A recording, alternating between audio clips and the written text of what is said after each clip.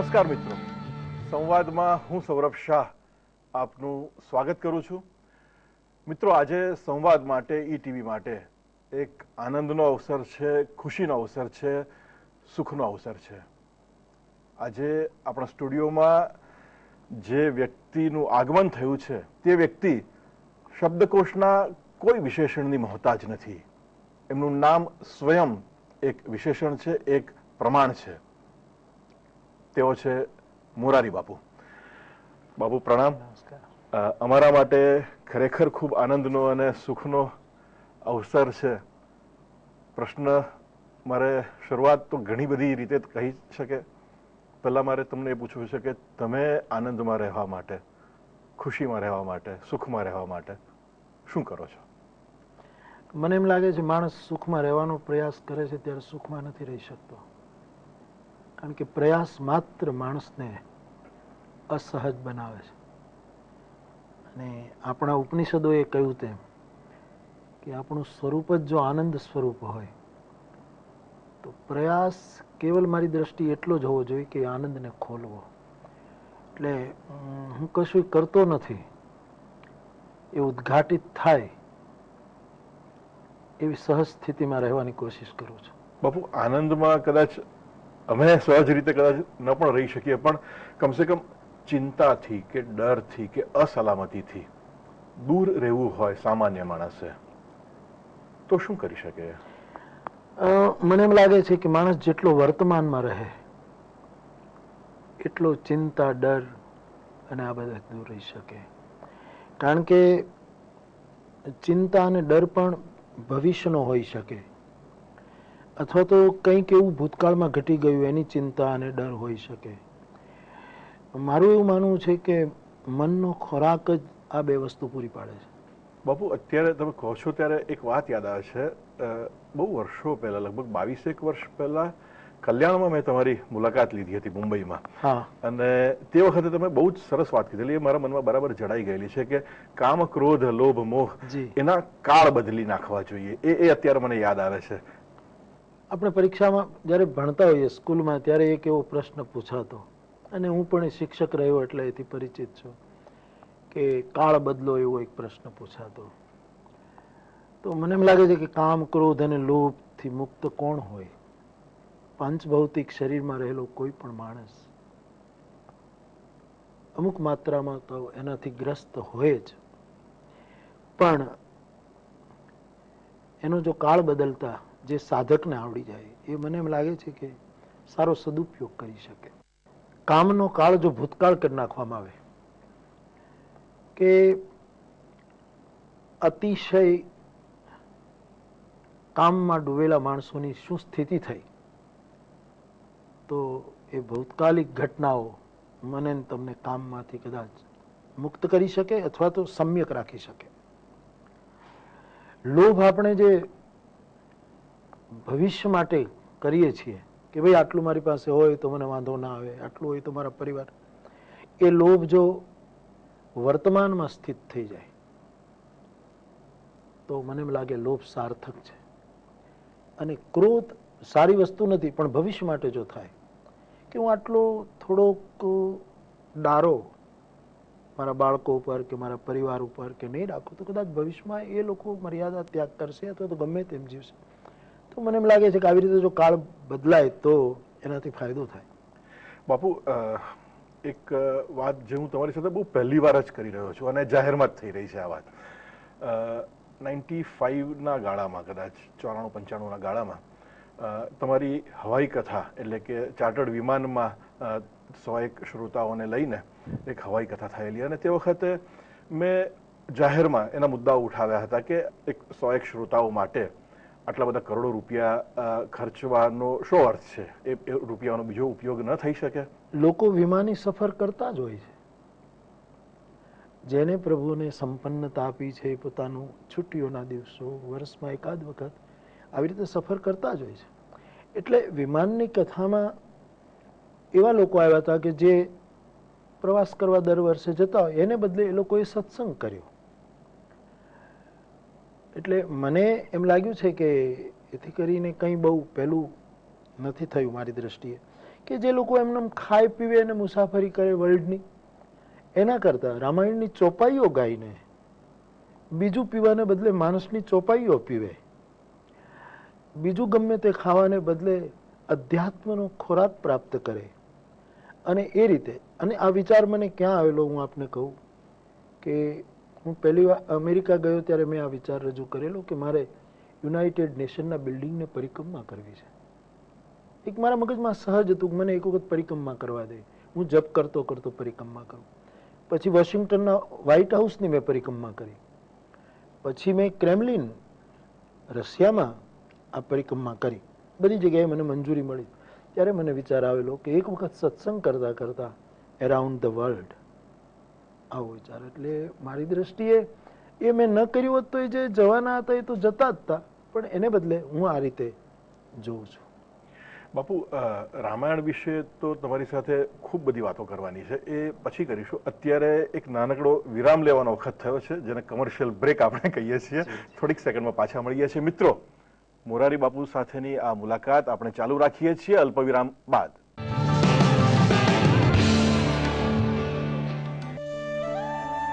કૃષિ એક જ્ઞાન, કૃષિ એક વિજ્ઞાન, કૃષિ એક કળા. જ્ઞાન, વિજ્ઞાન અને કલાનો ત્રિવેણી સંગમ એટલે અન્નદાતા.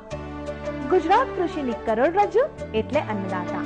હા એ જ આપણો કૃષિ મિત્ર, હા એ જ આપણો અન્નદાતા. તો જોવાનું ચૂકશો નહીં. અન્નદાતા.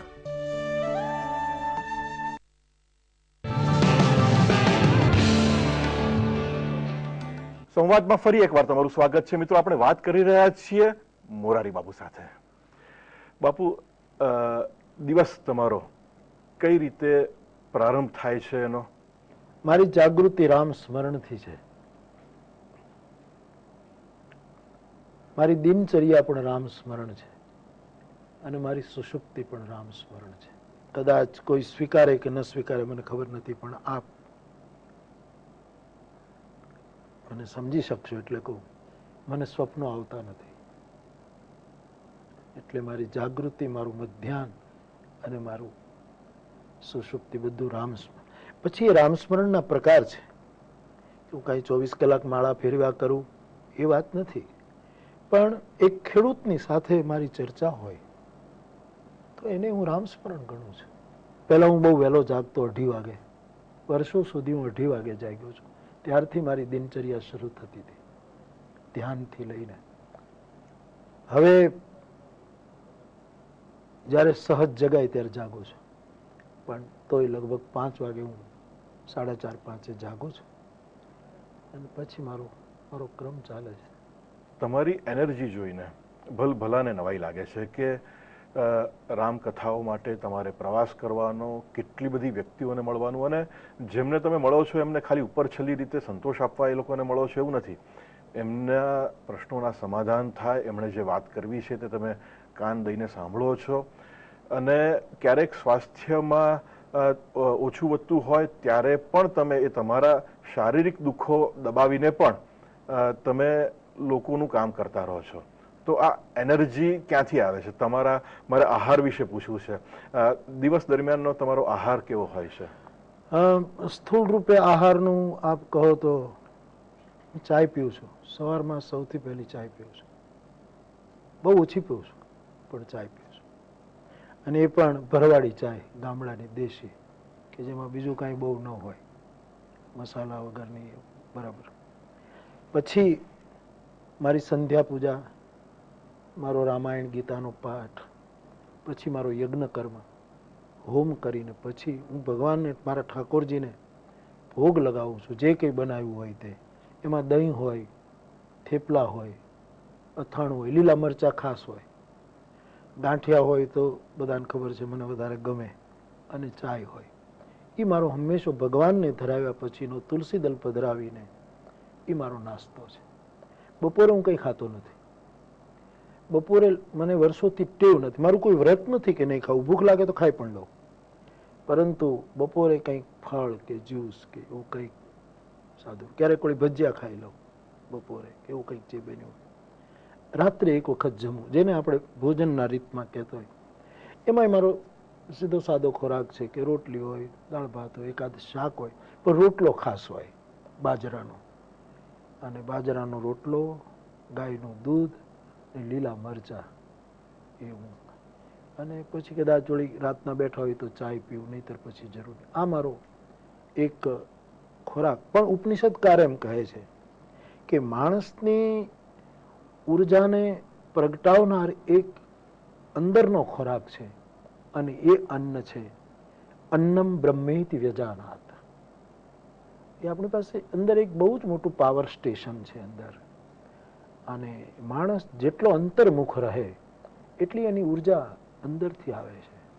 જેમ માણસ પરિશ્રમ કરે તો પરસેવો અંદરથી આવે છે, એમ માણસ પરસેવા કરે તો એની ઉર્જા અંદરથી આવતી હોય છે, અને એ એને વધારે ને વધારે ફ્રેશ રાખી શકે. અવાજની જાળવણી માટે તમે કઈ ખાસ ઉપાય કરો? મેં કોઈ ઉપાય નહીં, મેં ક્યારેય કર્યો નથી. મારા અવાજ માટે નથી હું કોઈ ગોળી લેતો, કે નથી ખદીરાદી, કે નથી લવિંગ મોઢામાં રાખતો, કે નથી ક્યારેય પાણી પીતો. તમે સળંગ 3-3, 4-4 કલાક બોલતા હો, અને ક્યારેય અમે જોયું નથી કે તમે એક ઘૂંટડો પણ પાણી પીતું હોય. નથી પીતો. કઈ રીતે તો પછી શોષ કેવી રીતે સંતોષાય? પાણી છે એ શરીરની જરૂરત પૂરી પાડી શકે, પણ રામ રસ જે હું પીઉં છું એ મને હંમેશા મારા કંઠને, મારા મનને એકદમ તાજું તરોજો રાખે છે. બાપુ, તમે ટેન્શનમાં હો કે ચિંતામાં હો એવું ક્યારેક બને ખરું? માણસ છીએ. કઈ બાબતની તમને ચિંતા કે ટેન્શન હોય? તુલસીદાસજીએ વિનય પત્રિકામાં એમ લખ્યું છે, લોક ચિંતા હિત વ્યગ્રચિત સર્વદા. જે સાધના કરતો હશે માણસ, હું સાધક છું કે સાધના કરું છું એવું કહેવા નથી માંગતો, પણ એ માર્ગે જવાના આપણા પ્રયાસો જરૂર છે. એ માણસની એક મોટામાં મોટી ચિંતા હોય, મોટો સાધુ હોય કે સંત હોય તો પણ, સિદ્ધ હોય તો પણ, લોક કલ્યાણની ચિંતાથી એનું વ્યગ્રચિત હોય છે કે મારો સમાજ, મારા દેશવાસીઓ, મારો ધર્મ, મારી સભ્યતા, મારા ઋષિમુનિઓ, મારા જેને પૂર્વગ્રહની ગ્રંથિ છોડીએ તો જે વૈશ્વિક ગ્રંથો કહેવાય, જેણે સમગ્ર માનવ જાતના સત્યમ શિવમ સુંદરમનો વિચાર કર્યો છે, એ સમાજ જ્યારે થોડોક લડખડાતો હોય ત્યારે લોક ચિંતા હિત જે વ્યગ્રતા આવે એવું ટેન્શન. આ ટેન્શનનું નિવારણ કેવી રીતે કરો તમે? હોય અહીં સોઈ જો રામ રચી રાખા, કો કરી તર્ક બઢાવે શાખા. આપણા પ્રયાસો થઈ ગયા, પ્રમાણિક પ્રયાસો થઈ ગયા પછી પણ એને હું હરિ ઉપર છોડી દઉં છું, જેમ રામાયણના શંકર હરિ ઉપર છોડી દે છે, અને કદાચ એ જ એનું પરિણામ લાવી શકે. બાપુ, અત્યારે દેશમાં જે વાતાવરણ છે છેલ્લા થોડાક વર્ષોથી, એ વાતાવરણ કંઈક એ પ્રકારનું છે. થોડીક વિગતે હું તમને વાત કરું તો, કે હું એમ કહું જાહેરમાં કે મને હિન્દુ હોવાનું ગૌરવ છે, મને હિન્દુ સમાજમાં ઉછરવાનું ગૌરવ છે, હું સદભાગી છું. બીજી એક ઉપમા આપું તો હું એમ કહું કે કોઈ મને પૂછે કે ભાઈ તને કઈ અભિનેત્રી ગમે, તો હું કહું કે ભાઈ મને ઐશ્વર્યાબેન બહુ ગમે, મારા ઘરમાં એમની તસવીર રાખું, ઘીનો દીવો કરું, અગરબત્તી લગાવું, અને ઐશ્વર્યાબેન માટે હું જાન પણ પાથરી દઉં.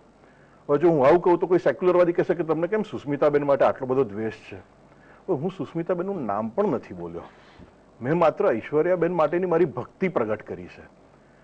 તો આ હું શું કહેવા માંગુ છું આપ સમજો છો?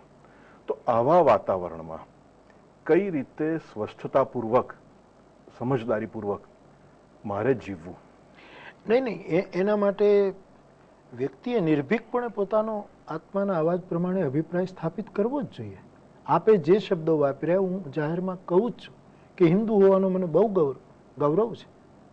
હિન્દુ સમાજમાં જન્મ થયો છે એનો વિશેષ એ મારો સ્વધર્મ છે, અને ગીતા કહે છે સ્વધર્મે નિધનમ શ્રેય. તો એ વાત આપણી મૂકવી જ જોઈએ. પણ લોકો એના અર્થ એમ સમજે કે આને લીધે આનું કેમ, તો એ લોકોનો દ્વૈતવાદ છે, લોકોની ભેદ દૃષ્ટિ છે. અને આવી અભેદ વૃત્તિથી જ્યારે આપણે આપણી વાત મૂકતા હોઈએ, બીજાના હાથ પણ સુંદર છે, પણ મને મારો હાથ અયમ મેં હસ્તો ભગવાન, એમ વેદ કહે, મને મારો હાથ ભગવાન લાગે છે, એ મારે પ્રસ્થાપિત કરવું જ જોઈએ. એટલે નિર્ભય શબ્દ નહીં પણ અભય બનીને આ વાત માણસે સમાજમાં પ્રસ્થાપિત કરવી જોઈએ. બાપુ, આ ચર્ચા આપણે ચાલુ રાખીએ, ફરી એકવાર નાનકડો બ્રેક લઈ લઈએ. મિત્રો, અલ્પવિરામ બાદ મળીએ છીએ મોરારી બાપુને.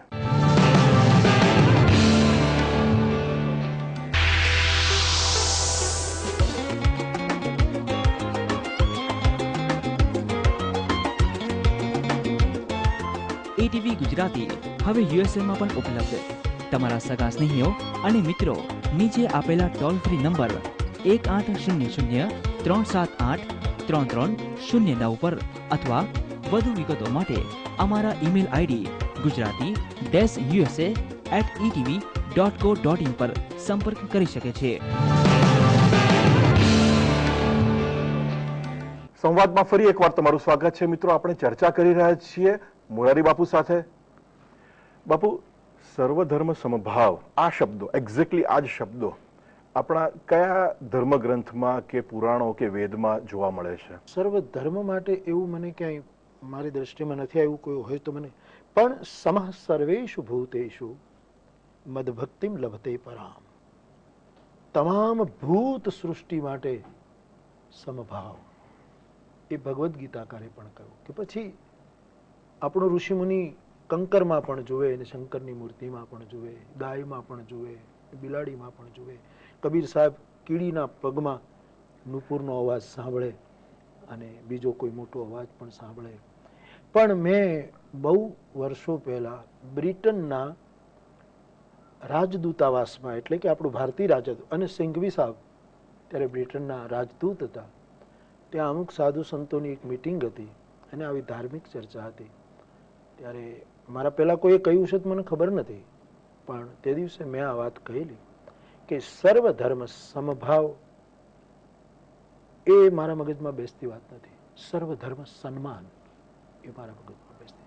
દરેક ધર્મને સન્માન હોય, પણ બધું સમ હોય એ માનવું મુશ્કેલ છે. કારણ કે બધાને પોતપોતાની ઉંમર છે. એક બહુ જ આદિકાળથી ચાલ્યો આવે છે. કોકને વળી 5000, કોકને 25,000 વર્ષ, કોકને વળી 100-200 વર્ષ, કોકને 1200 વર્ષ. એને બધાને આદર તમે આપી શકો, પણ સમ કેમ કહી શકો? સમ તો 3 જ વસ્તુ હોય: સત્ય, પ્રેમ અને કરુણા. એમાં આ બધું બધાએ સ્વીકારવું પડે. બાપુ, આવા જ વાતાવરણમાં જ્યારે ભારતમાં વાતાવરણ ઊભું થયું છે, એવા વાતાવરણમાં આદરણીય પૂજનીય જગતગુરુ શંકરાચાર્યજીની ધરપકડ થાય છે અને 3 જ મહિનામાં સુપ્રીમ કોર્ટ કહી દે છે કે એવા એક પણ પુરાવા તમિલનાડુની પોલીસે અમારી સમક્ષ રજૂ નથી કર્યા કે જેમને હજુ વધારે અમારા બંધનમાં રાખવા પડે, એમને જામીન ઉપર મુક્ત કરી દે છે.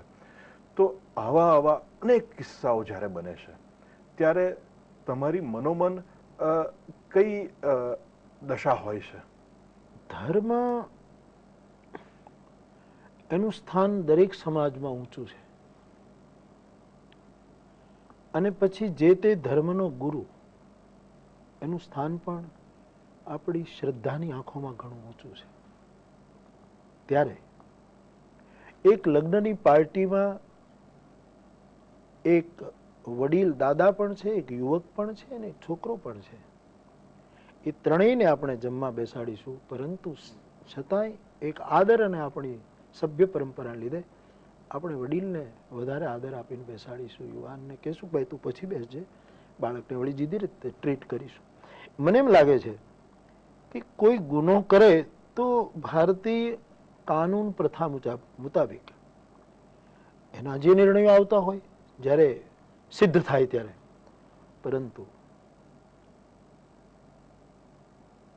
એક ધર્મગુરુની સાથે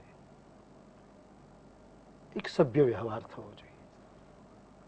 આપણે એમ નથી કહેતા કે તમે એ કાનૂન દ્વારા, અથવા તો આપણે હમણાં જેમ કહ્યું કે સુપ્રીમ કોર્ટમાં કોઈ વસ્તુ સિદ્ધ કરી શક્યા નથી, તો લોક હૃદયમાં પ્રશ્ન ઉઠવાનો છે કે તો પછી એક ધર્મગુરુને, એક જગતગુરુને આવું શું કામ કરવામાં આવ્યું?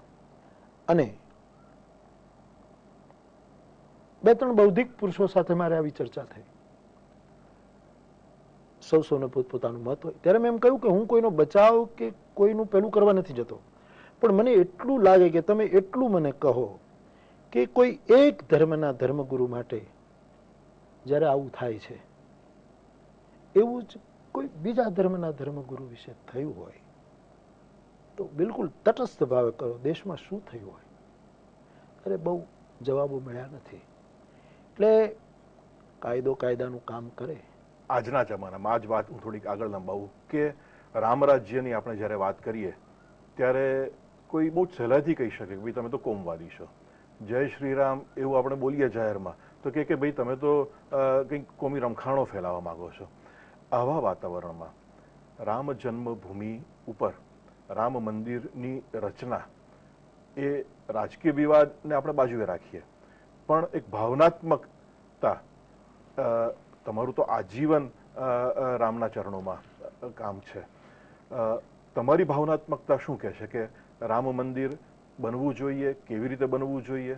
આપને એમ નથી લાગતું કે રામનું નામ બોલનારા માટે અમુક લોકો એ સાંપ્રદાયિક છે આવું બોલવા માંડ્યા અને બહુ જોરશોરથી બોલવા માંડ્યા કે રામ શબ્દ બોલાયો નથી અને એક લેબલ લાગ્યું નથી? આવું પહેલા નહોતું.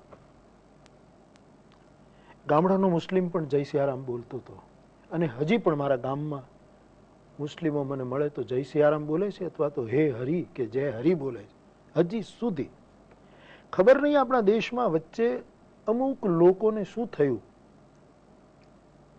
કે સાક્ષરને તો એક નવી આંખ હોવી જોઈએ, પણ કહેવાતી અમુક સાક્ષરતા, અમુક બુદ્ધિજીવિતા એને તો મને એમ લાગે છે કે કદાચ આંખો હતી એ પણ ગુમાવી છે. રામ રામ, જય સિયારામ કે જય શ્રી રામ કે જેને જે કહેવું હોય એને તુરંત સાંપ્રદાયિક કહેવો એ મને એમ લાગે છે કે આ દેશની આદિ આદિ આદિ રામ સભ્યતાનું અપમાન છે. અને રામ જે જગ્યાએ જન્મ્યા હોય એ જગ્યાએ રામજીનું એક ભવ્ય નહીં દિવ્ય મંદિર બને તો એમાં આ દેશના તમામ નાગરિકોનો ઉત્સાહ હોવો જોઈએ જે આ દેશમાં રહેતા હોય. મને એમ લાગે છે કે આવી હૃદયની વાત બધા સુધી જો પહોંચવાડવામાં આવે અને રાજનીતિ વચ્ચેથી નીકળી જાય, હું તો કહું ધર્મનીતિ પણ નીકળી જાય, ધર્મનીતિ અને રાજનીતિ બે દૂર જતા રહે અને કેવલ પ્રેમ નીતિ જો આમાં આવી જાય તો મંદિર આખા દેશને ગમશે, આખા પૃથ્વીના ગોળાને ગમશે.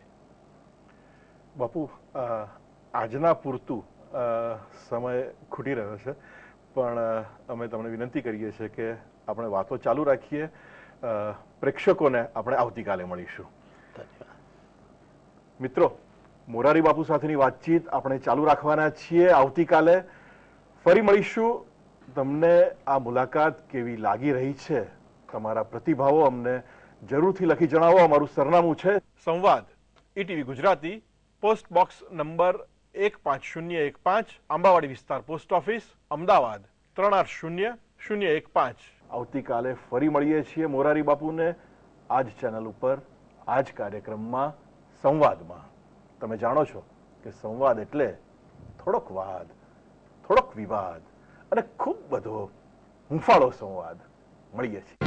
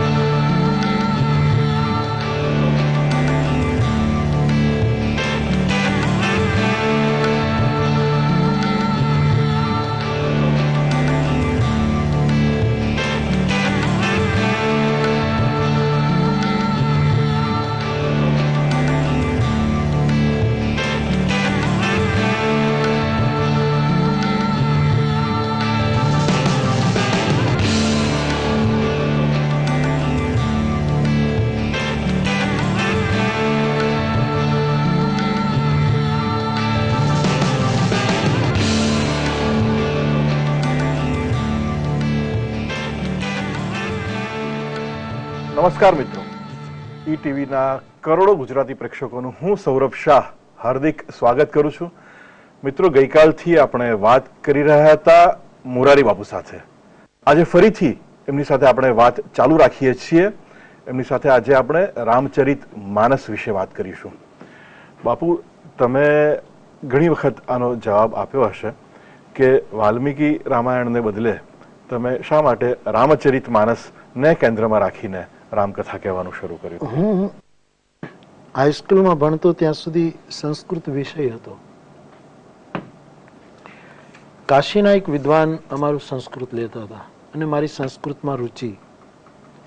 હું તલગાજડામાં જ્યાં રહ્યો છું ત્યાં મારા કાકાની એક દુકાન હતી, એની સામે સંસ્કૃતના એક બહુ જ વિદ્વાન મારા ગામના એક વયોવૃદ્ધ બ્રાહ્મણ હતા. એની પાસે હું ગીતા શીખતો હતો. પરંતુ ગ્રામ્ય ધૂળની સાથે હું જોડાયેલો અને તુલસી પણ સંસ્કૃતના પ્રકાંડ વિદ્વાન હોવા છતાં ગીરા ગ્રામ્ય સિય રામ યશ, રામના યશ મારે ગ્રામ્ય ગીરામાં. સંસ્કૃત લોકપૂજ્ય થાય, લોકપ્રિય પણ થઈ શકે અવશ્ય, કારણ કે એ ભાષા દિવ્ય છે, પણ એને કદાચ લોકપ્રાપ્ય કરવી બહુ મુશ્કેલ છે. તુલસીની ભાષા લોકપ્રિય, લોકપૂજ્ય અને લોકપ્રાપ્ય હતી. મને એમ લાગ્યું કે લોકો સુધી પહોંચવા માટે જો આપણે યાત્રા કરવી હોય તો રામચરિતમાનસ જે ભાષાનો ગ્રંથ છે એની સાથે ગતિ કરવી જોઈએ. અને તેથી વાલ્મીકી રામાયણના પૂરા દર્શન પછી, કારણ કે એ આદિ છે, મૂળમાં પડ્યો છે એ ગ્રંથ, એના ઉપર આ બધા રામાયણો છે, જોયા પછી રામચરિત માનસના પગદંડી ઉપર ચાલવાનો મેં નિર્ણય કર્યો. અને છતાંય મેં હમણાં હનુમાન જયંતિમાં આપણા બધા સાહિત્યવિદો વચ્ચે કહ્યું હતું કે હનુમાનજી શ્લોક અને લોકની વચ્ચે વહે છે. એમ મારે પણ એક બાજુ વાલ્મીકીનો વેદના શ્લોકનો ચરણ સ્પર્શ કરવો છે અને બીજી બાજુ લોકના હૃદયનો સ્પર્શ કરવો છે. આ રીતે એટલે રામચરિત માનસ મને બહુ નજીક પડી. બાપુ, તમે લગભગ 650 જેટલી રામકથા કહી અને બધી જ ચોપાઈઓ તમને કંઠસ્થ. છેલ્લી જે કથાઓ આવે છે એમાં હવે કથા ઓછી આવે છે, એના વિશ્લેષણો, અર્થઘટનો વધારે આવે છે અને એ પણ એટલા જ લોકો સુધી પહોંચે છે. તમારી પાસે આ જે અર્થઘટનો કે વિશ્લેષણો આવે, રામકથા તમારી નિશ્ચિત થઈ હોય કોઈ સ્થળે, એ પહેલાં તમારે કંઈક હોમવર્ક કરવું પડે, એનો અભ્યાસ કરવો પડે? ના, અત્યાર સુધીમાં અમે કોઈ પણ વક્તવ્ય હોમવર્ક કરીને નથી આપ્યું, નથી મુદ્દા ટપકાયા. ઘણી વખત કહેતો હોઉં છું કે નીકળ્યો હું કથા માટે, ત્યાં સુધી મારા મનમાં કોઈ ચિત્ર સ્પષ્ટ નથી સિવાય રામાયણનો સંપૂર્ણ ગ્રંથ. આપ ઘણા મારા શ્રોતાઓ જાણે છે કે ઘણી વખત, એટલે કે મોટા ભાગે એવું બને કે હું પહેલા દિવસની કથામાં વ્યાસપીઠ ઉપર બેઠા પછી જ નક્કી કરતો હોઉં છું કે મારે કઈ ચોપાઈ લેવી છે, કયો પ્રસંગ લેવો છે, અને પછી મારા સંગીતવાળા પાસેથી હું રામાયણ મંગાવીને એમાં સંકેત કરતો હું કે આ 2 ચોપાઈઓ આપણે. એટલે એ મારે કોઈ હોમવર્ક નથી કરવું પડતું કે હું નથી કોઈ નોટ્સ રાખતો. એ કોઈ મારી વિશેષતા નથી, એ મારા સદગુરુની કૃપાની વિશેષતા છે, મારી કોઈ વિશેષતા. આવી એકાગ્રતા માટે સામાન્ય માણસ તરીકે અમે શું કરી શકીએ? એકાંત હોવું જોઈએ. એકાગ્રતા અને એકાંતમાં અંતર છે. એકાગ્રતામાં કોઈક એકની અગ્રતા સતત મારી તમારી સામે છે અને એકાંતમાં એકનો પણ અંત થઈ જાય છે. જે બચે છે તે કોઈ નથી અથવા તો બધું જ છે, પણ 1-2 વાળી વાત જે છે, અંકવાળી વાત સમાપ્ત થઈ જાય છે. કાં તો એ શૂન્ય છે, કાં તો એ પૂર્ણ છે. અને મને એમ લાગે છે કે એકાગ્ર ઘણી વખત કોઈને ન પણ લાગુ, કારણ કે હું કેટલા વિષયને સ્પર્શ કરતો હોઉં છું કથામાં. એક લોક સાહિત્યના દોહાથી લઈને વેદના મંત્ર સુધી, એક સૂફીની શાયરીથી લઈને સુગમ સંગીતની 2 લાઈનો કે આપણા ગુજરાતી સાહિત્યની કોઈ કવિતા સુધી હું જતો હોઉં છું. ત્યારે કદાચ એમ પણ લાગે કે કેટલી જગ્યાએ મારું ચિત્ત વહેંચાયેલું છે, પરંતુ એ વખતે પણ મારું એકાંત હોય છે. હમણાં જ મને એક સાપ્તાહિક માટે પૂછવામાં આવ્યું કે તમારું વેકેશન ની છુટ્ટીઓ તમે ક્યાં ગાળો? મેં કીધું વ્યાસપીઠ ઉપર. આ સિવાય મારી પાસે કોઈ વેકેશન નથી. બાપુ, તમે ભારતમાં ખૂબ કથાઓ કરી છે, પરદેશના શ્રોતાઓ માટે પણ ખૂબ કથાઓ કરી છે. આ બે શ્રોતાઓ વચ્ચેના અંતરની થોડીક વાત મારે તમારી સાથે કરવી છે. એક નાનકડા વિરામ બાદ કરીએ છીએ. મિત્રો, મોરારી બાપુ સાથેની વાતચીત આપણે ચાલુ રાખીએ છીએ એક અલ્પ વિરામ બાદ.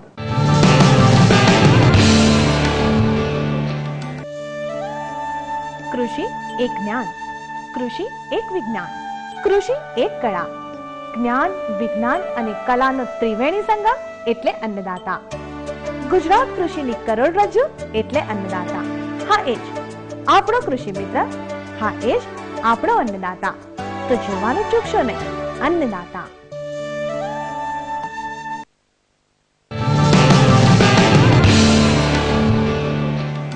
સંવાદમાં ફરી એકવાર તમારું સ્વાગત છે. મિત્રો, આપણે વાત કરી રહ્યા છીએ મોરારી બાપુ સાથે.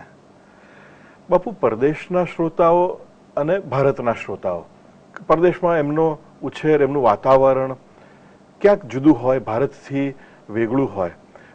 આ બેઉ શ્રોતાઓની રામકથાઓ માટેની રિસેપ્ટિવિટી, એ લોકોનો આવકાર ક્યાંક જુદો પડે એવું ખરું? એના 3 કેન્દ્ર બિંદુ ઉપર હું ધ્યાન દોરવા માંગુ છું.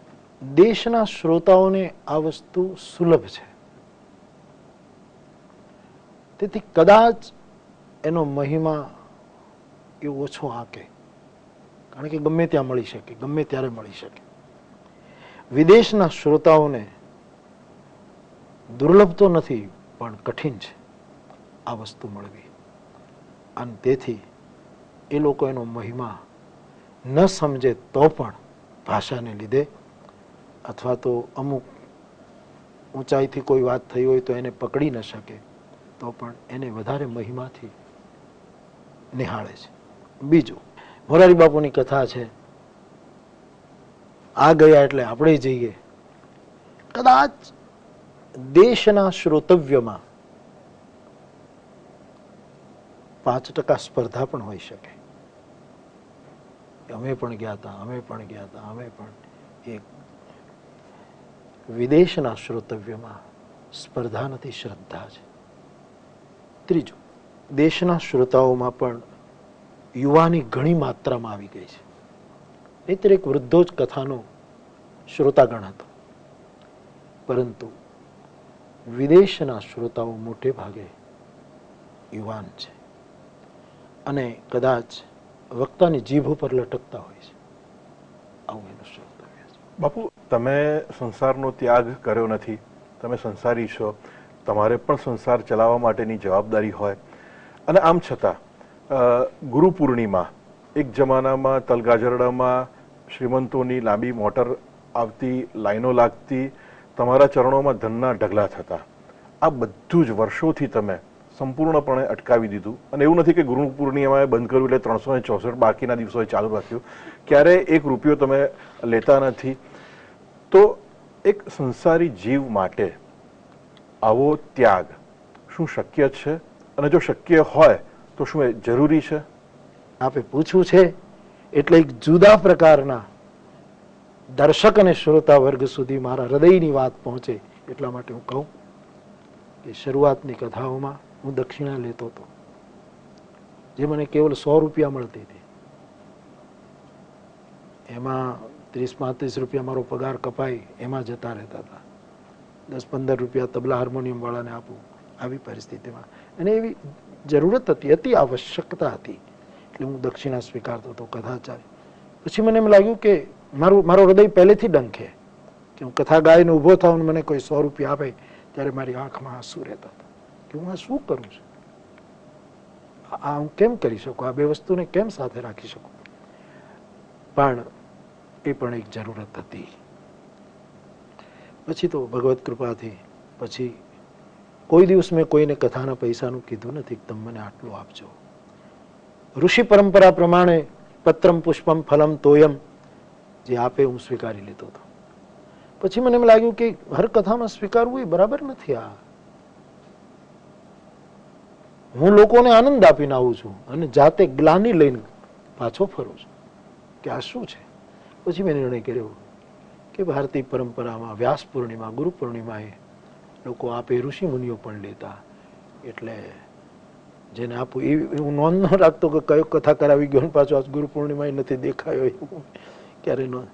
પણ અને પછી એ ગુરુ પૂર્ણિમાએ જે આવતું એમાંથી હું 10મો ભાગ કાઢી નાખતો હતો સમાજના, કે 10,000 ગુરુ પૂર્ણિમાએ આવ્યા તો 1,000 હું લોકમંગળ માટે બિલકુલ ગણિત 9,000 રાખતો. પણ પછી એવી પરિસ્થિતિ આવી કે લોકોની શ્રદ્ધા, લોકો આપવા માટે આમ વિનુભાઈ મહેતા તો કહેતા કે ઉઘરાણી કરનારાઓની લાઈન હોય પણ આ દેનારાઓની લાઈન પહેલી વાર અમે જોઈ છે એવું એ કહેતા. એ પછી તો એટલો લોકોની શ્રદ્ધા હોવા લાગી કે મને એમ લાગ્યું કે મારે 10% જ રખાય, 90% સમાજને આપી દેવાય. મેં આ વ્રત લીધું અને પછી એમ લાગ્યું કે હવે આટલું બસ છે આપણા માટે. અને હું એક વસ્તુ સંકલ્પ લઈને ચાલુ છું કે હું જ્યારે ભણતો હતો, માણસની ચોપાઈ ગયો ત્યારે મારા પગમાં સ્લીપર નહોતા અને હું પાછો એ જગ્યાએ જતો રહું ત્યાં સુધી મને કોઈ ખોટ નથી. ત્યાં ને ત્યાં પાછું મારે જવું પડે. આ જે કંઈ છે એની કૃપા છે. એટલે મેં વિચાર્યું કે વધુ વસ્તુ તો માણસને દાટી દે, માણસને ભંડારી દે. એટલે મેં બધું જ લેવાનું બંધ કરી દીધું. પણ એક આપણો સારી રીતે આપણો જીવન નિર્વાહ થાય એવું બધું જ્યારે આપણી પાસે પ્રભુની કૃપાથી પછીની માંગ એ તો બરાબર નથી. એટલે અત્યારે હું બિલકુલ પોથી લઈને જાઉં છું, પોથી લઈને આવું છું. ક્યાંક ઉલટાનું કાંઈક મારી પાસે સુવિધા હોય તો આપીને આવું છું. અને એનો મને એમ હવે જે આનંદ આવે છે એ 100 રૂપિયા લેતો તો ત્યારે બહુ જરૂરત હતી, છતાં એ આનંદ મને ક્યારેય આવ્યો નથી. બાપુ, એક સહેતુક એક પ્રશ્ન મારે તમને પૂછવાનો છે કે છેલ્લી હિન્દી ફિલ્મ તમે કઈ જોઈ? એ રામકથા સાથેનો સંબંધ છે એટલે હું તમને પૂછવાનો છું. એક નાનકડા વિરામ બાદ પાછા આપણે મળીએ છીએ. મિત્રો, મોરારી બાપુએ છેલ્લી હિન્દી ફિલ્મ કઈ જોઈ હશે એનો જો જવાબ તમારે જાણવો હોય તો મારી જેમ તમે પણ રાહ જુઓ. અલ્પ વિરામ બાદ મળીએ છીએ. આ એવા મોડેલ છે જે દુનિયામાં માત્ર એક જ છે, એટલે કે યુનિક છે.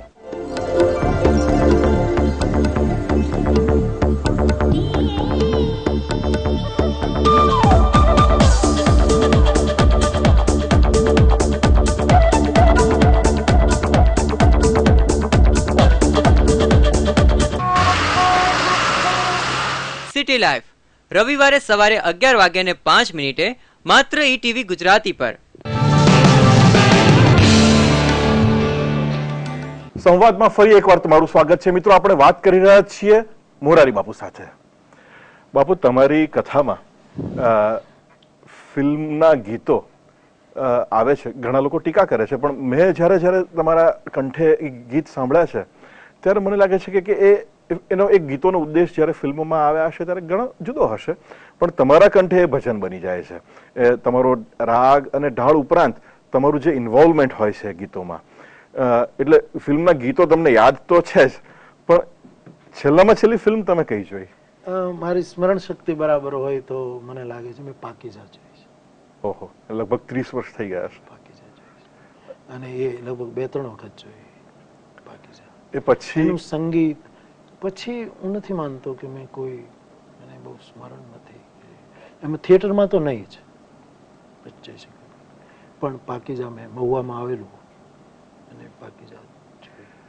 બાપુ, બીજા લોકો જ્યારે ટીકા કરતા હોય કે બાપુ તો ફિલ્મી ભજનો ગાય છે, ફિલ્મી ગીતો ગાય છે, ભજન પણ નહીં, આખે એ જ શબ્દોમાં, ત્યારે મને યાદ છે એક કથામાં તમે કહેલું કે બીજા લોકોએ બી મારી ટીકા કરવાની, મારું અનુકરણ કરવાની શરૂઆત કરી દીધી, પણ એ લોકોને ખબર નથી કે મેં તો ઘુમા કે રખ દૂંગા, એ તમે વાત કરી હતી. તો તમે કયા કન્વિક્શનથી આ ફિલ્મના ગીતોને રામકથા સાથે સાંકળી લો છો? એક વસ્તુ એ કે મારે ગીતો અંદર લાવવાનું કારણ બહુ સ્પષ્ટપણે કહું તો એ નથી કે લોકોને ગીતો ગમતા હોય છે અથવા તો લોકો કથાને વધારે પેલું કરે, એવો મારો ઉદ્દેશ છે જ નહીં. પણ જે ગીત મને ગમ્યું છે, મારા હૃદયને સ્પર્શ્યું છે, સંગીતની રીતે, શબ્દોની રીતે, એને ફૂલ તો ગમે ત્યાં ઉગે છે, એને કેમ તમે શિવલિંગ સુધી લઈ જાઓ છો? એક ધતુરાનું ફૂલ જે નશો આપે અને છતાં ત્યાંથી ઉપાડીને કોઈ કેદાર ઉપર ચડાવી દે છે. એમ મને એમ લાગે છે કોઈ પંક્તિઓ ગમે ત્યાં જન્મી એને હું મારી આત્મલિંગ સુધી પહોંચાડવાનો પ્રયાસ કરું છું. એમાં લોકો ગમે તે કે એક કવિની ગઝલની બે પંક્તિઓ જો આધ્યાત્મિકતા બની શકતી હોય તો જે પંક્તિઓની સાથે સૂર પણ છે, લય પણ છે, તાલ પણ છે ને નૃત્ય પણ છે, ભારતીય મૂળ વિદ્યા, કલા વિદ્યા એ જે બધી જોડાયેલી છે, કેવલ ઇસ્તેમાલ જુદી જગ્યાએ થયો છે. તો હું એમાંથી સારું પણ લઉં છું. તુલસી કહે છે, તુલસીના એક શબ્દો આપને કહું કે જડ ચેતન ગુણ દોષમય વિશ્વ કિન્હ કરતાર. આ જગત ગુણદોષ અને જડ ચેતનમય પ્રપંચ, એમાંથી સંત હંસ ગુણ ગહી પય પરિહરિવારી વિકાર, એમાંથી જેટલું શુભ તત્વ એ લઈએ. બાપુ, તમને સાહિત્યકારો સાથે ઉઠબેસ કરવી ખાસી એવી પ્રિય છે. સાહિત્યનો તમારો ખૂબ ઊંડો શોખ છે. શોખ કહીએ તો જરાક છીછરું લાગે, પણ તમારો આવેગ છે, પેશન છે સાહિત્ય માટેની. કવિતા માટે હોય કે અસ્મિતા પર્વ 8 વર્ષથી ચાલે છે, સંસ્કૃત પર્વ ચાલે છે, હવે લોક કલાકારોને તમે દર વર્ષે મહુવા આમંત્રણ આપો છો. એક રામકથાકાર તરીકે તમે આ બધી પ્રવૃત્તિઓમાં તમારો સમય આપો, એને બદલે એક બે કથાઓ વધારે કહો તો ના ચાલે?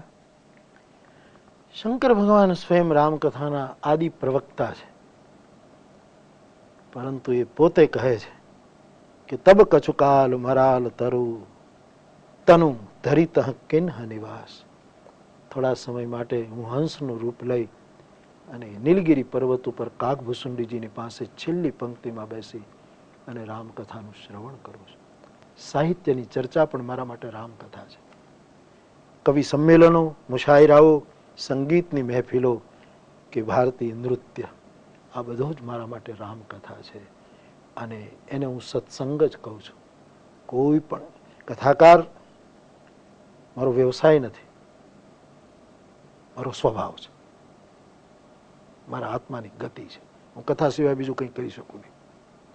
અને જન્મ જો બીજો મળતો હોય તો મારે એ જ કરવું છે. આ મારો નિર્ણય છે. એટલે ભગવાનના ગુણગાન ગાઈને જેને આત્મસુખ પ્રાપ્ત કરવું હોય અને મળેલું આત્મસુખ પ્રસાદના રૂપમાં વહેંચવું હોય તો એ કથાકારે સમૃદ્ધ થવું જોઈએ. અને સમૃદ્ધ આ રીતે થવાય. કલાપી ને મસ્ત કવિ ત્રિભુવન કાશ્મીર ગયા. સવારના કલાપી શ્રીનગરમાં ફરવા ગયા. સાંજે આવે ત્યારે કેટલાય પક્ષીઓને પિંજરામાં પૂરીને આવ્યા. અને ત્રિભુવનજીને થયું કે આખરે તો રાજાને કે બીજાને બાંધવા, બીજાને પકડવા, બીજાને વશ કરવા એનું લક્ષણ. અને જે માણસ તે પંખીની ઉપર પથ્થરો ફેંકતા ફેંકી દીધો. આવી કવિતા લખનારો આજે પક્ષીઓને પકડીને આવ્યો છે. એટલે વિમાસણ પણ થઈ, વિસ્મય પણ થયું કે આ એક બાજુ આવું લખે છે, એક બાજુ પક્ષીઓને પકડે છે. કેમ આપણે આને શું નિર્ણય કરી છે? આખી રાત કવિરાજને પેલું કલાપી માટે વિસ્મય રહ્યું, વિમાસણ રહી કે શું. સવારે આવીને જુએ છે તો કલાપી એક એક પક્ષીને પિંજરામાંથી બહાર ઉડાડે છે. રે પંખ સુખથી ચણજો. આમ બીજી કવિતા. કથાકારે ઉડતા વિચારોને દિવસભર પોતાના ચિત્તના પાંજરામાં પકડવા જોઈએ. અને બીજા દિવસની સવાર પડે અને કોઈ મંચ મળે ત્યારે પંખીડા સુખેથી ચણજો એમ કરી અને પાંખાળા વિચારો, સપક્ષ વિચાર, હંસ વૃત્તિના વિચારો એને પાછા ઉડાડવા જોઈએ, વહેંચવા જોઈએ. એટલે કોઈએ સમૃદ્ધ થવું જોઈએ. તો આ બધા જ વિષયોને સ્વાભાવિક અનુભૂતિ માટે સ્વીકારવા જોઈએ, સ્વીકૃતિ માટે નહીં. અસ્મિતા પર્વમાં અને બીજા પર્વોમાં જેમણે હાજરી આપી છે એ બધાનો જ અનુભવ છે કે તમે જેટલા ઉત્તમ વક્તા છો એટલા જ ઉત્તમ શ્રોતા છો. અને આ પર્વો દરમિયાન છેક છેલ્લે દિવસે તમારું વક્તવ્ય એક હોય એ સિવાય માત્ર મૌન રહીને તમે એ બધું જ શ્રવણ કરતા રહો છો. બાપુ, એક છેલ્લો સવાલ તમને પૂછી લઉં. રામાયણને કેન્દ્રમાં રાખીને આ 3 વ્યક્તિઓ કેવી હોવી જોઈએ? રાજનેતા કેવો હોવો જોઈએ, નારી કેવી હોવી જોઈએ અને યુવાન કેવો હોવો જોઈએ? રાજનેતામાં રાષ્ટ્રપ્રીતિની છાયામાં રાજનીતિ હોવી જોઈએ. એનો મૂળ આધાર રાષ્ટ્રપ્રીતિ હોવી જોઈએ, એની છાયામાં. કારણ કે રાજ ચલાવવું એમાં તો નીતિ રાખવી જ પડશે, નહીતર તો ચાણક્ય ખોટા પડે, વિદુર ખોટા પડે, સ્મૃતિકારો અને નીતિકારો ખોટા પડશે, કે એમાં તો આવશે જ. પણ રાષ્ટ્રપ્રીતિની છાયામાં રાજનીતિ હોવી જોઈએ. સ્ત્રી 4 હાથવાળી નહીં હોવી જોઈએ, 2 હાથવાળી હોવી જોઈએ. કારણ કે આપણે 2 હાથવાળા હોઈએ છીએ. 4 હાથવાળી સ્ત્રી ભવાની, સરસ્વતી, લક્ષ્મી, ત્યારે આપણે એનાથી દૂર હોઈએ. આપણને બહુ દૂર પડે છે. આપણા ઘરમાં ક્યાં 2 હાથવાળી આપણી માં નથી? આપણી માં એ આપણી શક્તિ અને ભક્તિ બનવી જોઈએ. એટલે નારી દ્વિભુજ હોવી જોઈએ. પુરુષોત્તમ ભલે ચતુર્ભુજ હોય, મને વાંધો નથી, પણ અને એ નારીના હાથ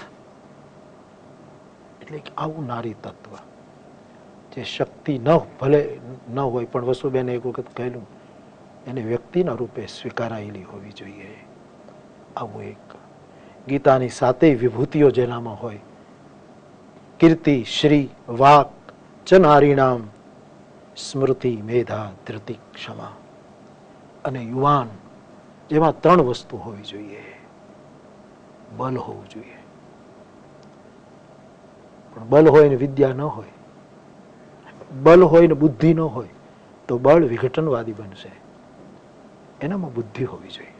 બૌદ્ધિક હોવું જોઈએ યુવાન, વિચારવાન હોવું જોઈએ. બલવાન, વિચારવાન, પણ બલ અને વિચાર બંને હોય અને પછી વિદ્યા ન હોય તો એ બંધાયેલો હશે, એ મુક્ત નહીં હોય. એટલે વિદ્યાવાન.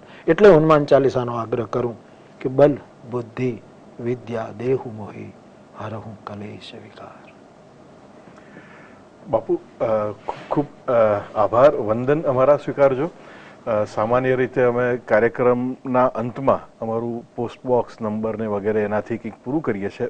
આ કાર્યક્રમ અમારે એવી રીતે પૂરો નથી કરવો.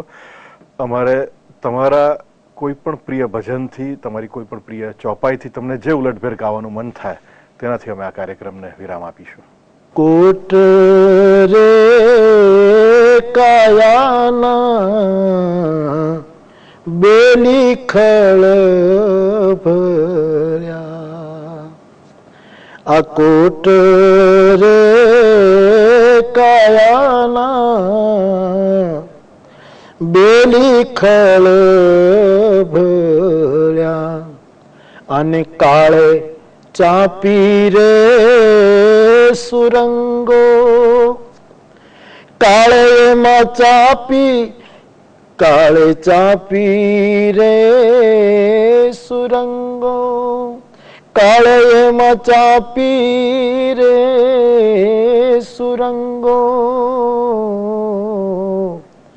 કોટ રે કાયાના બેલી ખળ ભર્યા.